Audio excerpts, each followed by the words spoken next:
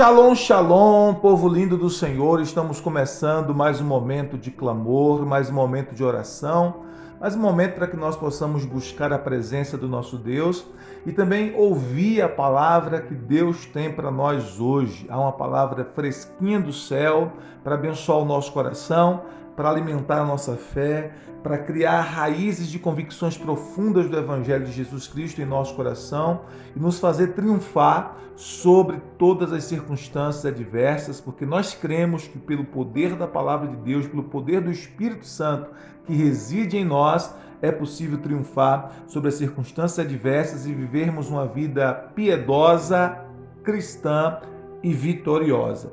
Hoje, a porção da palavra é o texto de Efésios, capítulo de número 2, a partir do versículo 1 até o versículo 10. Eu tenho certeza que o Senhor vai falar ao seu coração através desse texto sagrado, vai trazer orientação, direção, consolo, paz ao seu coração através dessa porção das Escrituras. Depois nós estaremos clamando ao Senhor, nós estaremos orando ao Senhor, buscando juntos a presença do nosso Deus. Mas antes de nós orarmos e também de nós compartilharmos a porção da palavra de hoje, eu gostaria de pedir a você que se inscreva em nosso canal, ative o sininho de notificações, selecione a opção todas. Desta maneira, você estará recebendo todas as mensagens e todos os conteúdos que nós postamos aqui no nosso canal. Também compartilhe essa palavra de oração para abençoar o máximo de pessoas que você puder. Fazendo isso, você estará dando a outras pessoas o privilégio e a oportunidade de serem ministradas e abençoadas pela presença e pela palavra do nosso Deus.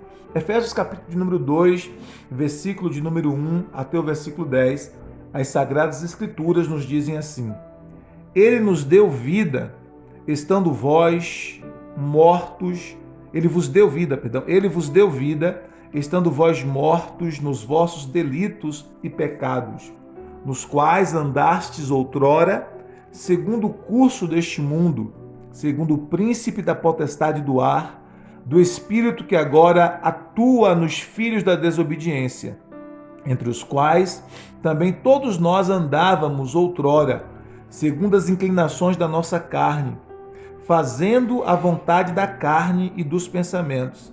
E éramos, por natureza, filhos da ira, como também os demais. Mas Deus, sendo rico em misericórdia, por causa do grande amor com que nos amou, estando nós mortos em nossos delitos, nos deu vida juntamente com Cristo. Pela graça sois salvos.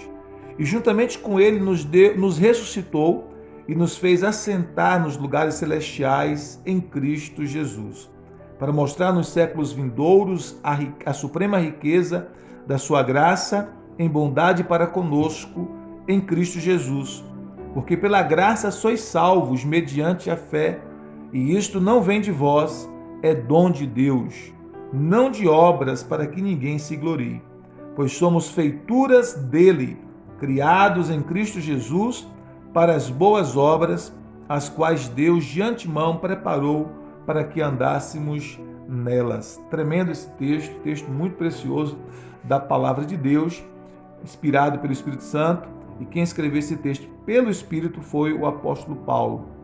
E ele já começa dizendo esse operar da graça de Deus na vida daqueles que creem, né? Como Deus age, como Deus agiu e como Ele age na vida daqueles que creem. A primeira coisa que o Senhor fez foi nos dar vida em Cristo Jesus. O texto começa dizendo que Ele nos deu vida porque nós estávamos mortos em nossos delitos e pecados, sabe?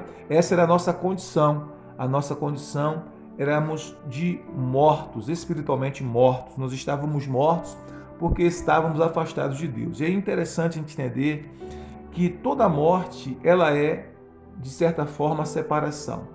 A morte espiritual é essa separação de Deus. O homem separado de Deus, ele está espiritualmente morto, porque o seu espírito dentro dele, que é a parte do seu ser que se conecta com Deus, está morto. Por isso, ele está experimentando morte espiritual. Então, o homem, o ser humano, longe de Deus, afastado de Deus, ele experimenta morte espiritual. A morte física também é uma separação, porque a morte física separa a pessoa, né, de seus entes familiares, de seus entes queridos, seus familiares, separa a pessoa do mundo físico.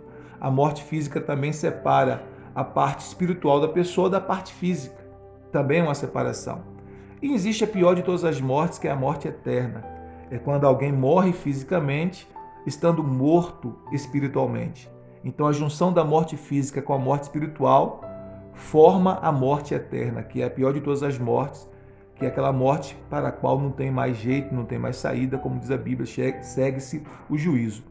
E todo tipo de morte foi gerado pelo pecado. Quando Deus falou com Adão para que ele não comesse do fruto da árvore do conhecimento do bem e do mal, Deus disse: se comer, certamente morrerá. Ou seja, Deus deu uma certeza que aquela desobediência, aquele pecado, estaria gerando morte. E o pecado gerou esses 3 tipos de morte: a morte física, a morte espiritual e a morte eterna. Mas o texto que nós lemos aqui em Efésios capítulo 2 começa dizendo que Cristo nos deu vida. Nós estávamos mortos, estávamos espiritualmente mortos, mas Cristo nos deu vida. E ele diz no versículo 2 que nós estávamos andando segundo o curso deste mundo, ou seja, estávamos nessa avalanche de coisas que nos afastava de Deus, estávamos seguindo a correnteza, dessas águas de coisas que nos afastavam de Deus, estávamos nesse fluxo de tudo aquilo que nos afastava de Deus, indo cada vez mais para longe de Deus, indo cada vez mais para longe do nosso propósito, para longe do plano de Deus para a nossa vida. Estávamos seguindo, como diz o texto no versículo 2, o príncipe da potestade do ar, desse espírito que está atuando agora nos filhos da desobediência. Essa era a nossa consequência. Além de estarmos mortos, nós estávamos à deriva nessa avalanche, nessa correnteza de tudo aquilo que nos leva para longe de Deus, de tudo aquilo que nos leva para longe do propósito de Deus.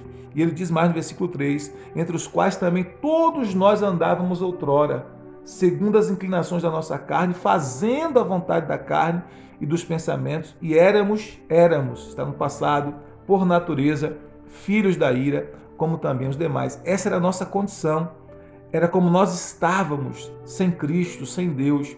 Agora, no versículo 4, há um mais de Deus, Há um mais de Deus. Essa conjunção adversativa aqui que aparece é sobrenatural, porque mostra a intervenção de Deus na história humana e a intervenção de Deus em nossa história particular.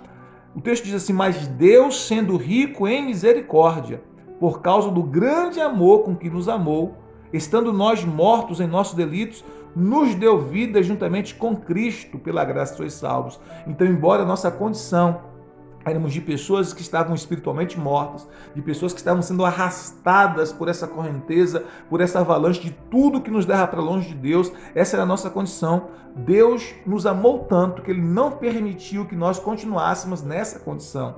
Deus nos amou tanto que Ele interveio na nossa história de forma sobrenatural e Ele enviou o Seu Filho como propiciação pelos nossos pecados, e o Seu Filho deu a sua vida por nós ali na cruz, e pela morte de Jesus, pelo sacrifício de Jesus, nós alcançamos redenção ao crermos nele. Nós fomos escolhidos por Deus em Cristo Jesus, fomos salvos por essa graça maravilhosa, e isso é sobrenatural. Deus sendo rico em misericórdia, não é porque nós éramos bons, perfeitos, fazíamos tudo certinho, ou porque somos, não. Porque Deus é rico em misericórdia, e essa misericórdia nos alcançou onde nós estávamos, essa misericórdia nos alcançou, essa graça nos alcançou. E o texto diz no versículo 5, estando nós mortos em nossos delitos, Ele nos deu vida juntamente com Cristo, pela graça sois salvos. Então isso é extraordinário, isso é poderoso. Deus interveio na nossa história por causa do seu amor. Deus nos amou de uma forma tão extraordinária, tão sublime, que Ele interveio trazendo salvação, mesmo que nós não merecêssemos a salvação, mesmo que nós não merecêssemos a vida, mesmo que nós não merecêssemos o seu perdão, mesmo que nós não merecêssemos ser reconciliados com Ele. Ele nos alcançou com essa graça, com essa salvação, por meio do sacrifício do seu Filho Jesus. E o texto diz que Ele nos deu vida. Então qual é a diferença? A diferença é que antes nós não tínhamos vida e agora em Cristo Jesus nós temos vida. Essa é a diferença daqueles que têm o Senhor Jesus como seu Senhor e seu Salvador e aqueles que não têm. A diferença em uma palavra é vida.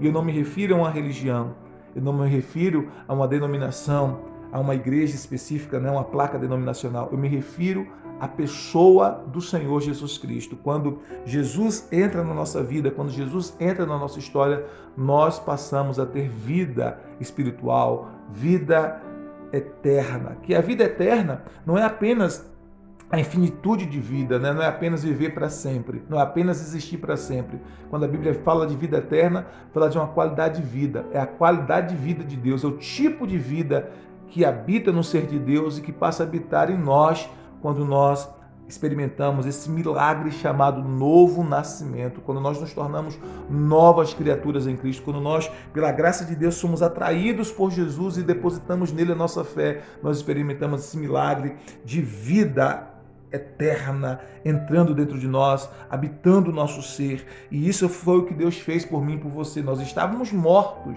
todos nós, inclusive eu, todos nós estávamos mortos, mas Ele, pela sua graça, pela sua misericórdia, nos deu vida juntamente com Cristo. E o texto diz mais, e juntamente com Ele, versículo 6, e juntamente com Ele, com Cristo, nos ressuscitou. Então, ao ressuscitar Cristo Jesus dentre os mortos, pela fé, nós também fomos ressuscitados ali junto com Jesus. Isso que aconteceria aparentemente no futuro, na verdade aconteceu em Jesus. E o texto diz, somos ressuscitados com Ele e nos fez assentar nos lugares celestiais em Cristo Jesus. Então, essa é a nossa posição em Cristo Jesus. Nós estamos assentados nos lugares celestiais em Cristo Jesus. O mais humilde servo de Deus, o mais simples servo de Deus, aquele que talvez as pessoas olhem e não dê a mínima para ele. Mas se ele é servo de Deus, se ele é nascido de Deus, o texto diz que ele está assentado em uma posição de honra, ele está sentado nas regiões celestiais em Cristo Jesus e ele exerce no reino de Deus governo e autoridade. Isso é lindo, isso é sobrenatural, porque não tem a ver com os nossos méritos, mas com a graça de Deus.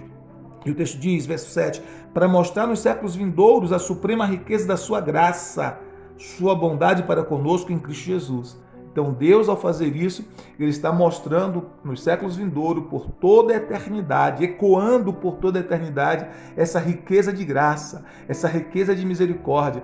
Todos os seres celestiais, todos os seres do universo, por toda a eternidade, estarão conhecendo esse atributo de Deus chamado graça, estarão conhecendo essa misericórdia extraordinária por conta daquilo que Deus fez em nossas vidas, pegando pecadores que não mereciam sua graça, que não mereciam o seu amor, como eu e você, e salvando, perdoando, reconciliando consigo mesmo e fazendo assentar nos lugares celestiais em Cristo. Então ele revela a sua graça, ele revela a sua bondade, revela a sua misericórdia por todo o universo e por toda a eternidade, por aquilo que ele fez por nós.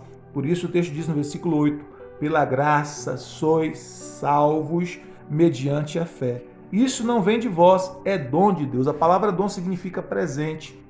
É um presente de Deus. Então, pela graça, o que é graça? Favor imerecido. Pela graça, por esse favor imerecido, nós fomos salvos.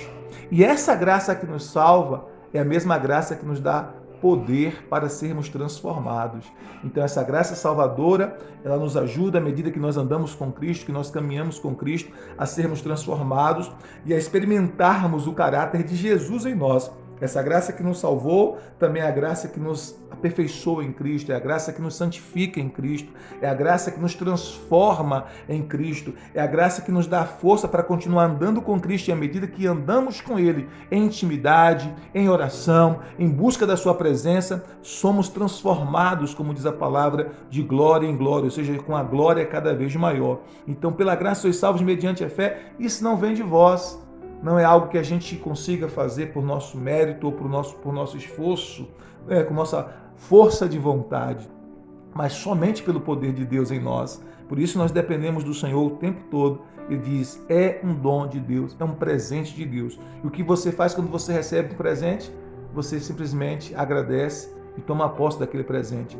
Não tem como você pagar aquele presente, porque se você pagar aquele presente, ele deixa de ser presente e ele se torna algo que você conquistou pelo seu esforço. Então não tem como a gente pagar a salvação, nem nenhuma das outras bênçãos do Senhor. A gente recebe por favor e por graça.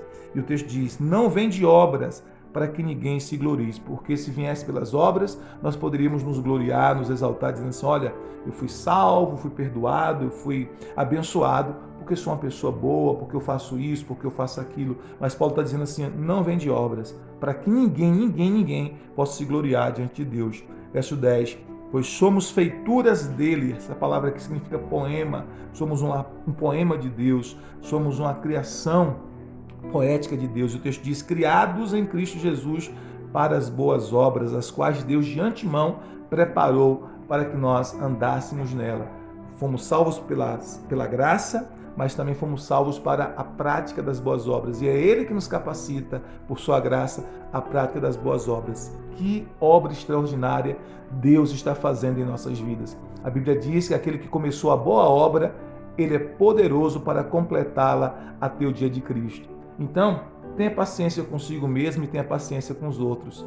Você e eu somos uma obra inacabada de Deus. Ele ainda está construindo, Ele ainda está operando em nós, Ele ainda está trabalhando em nós.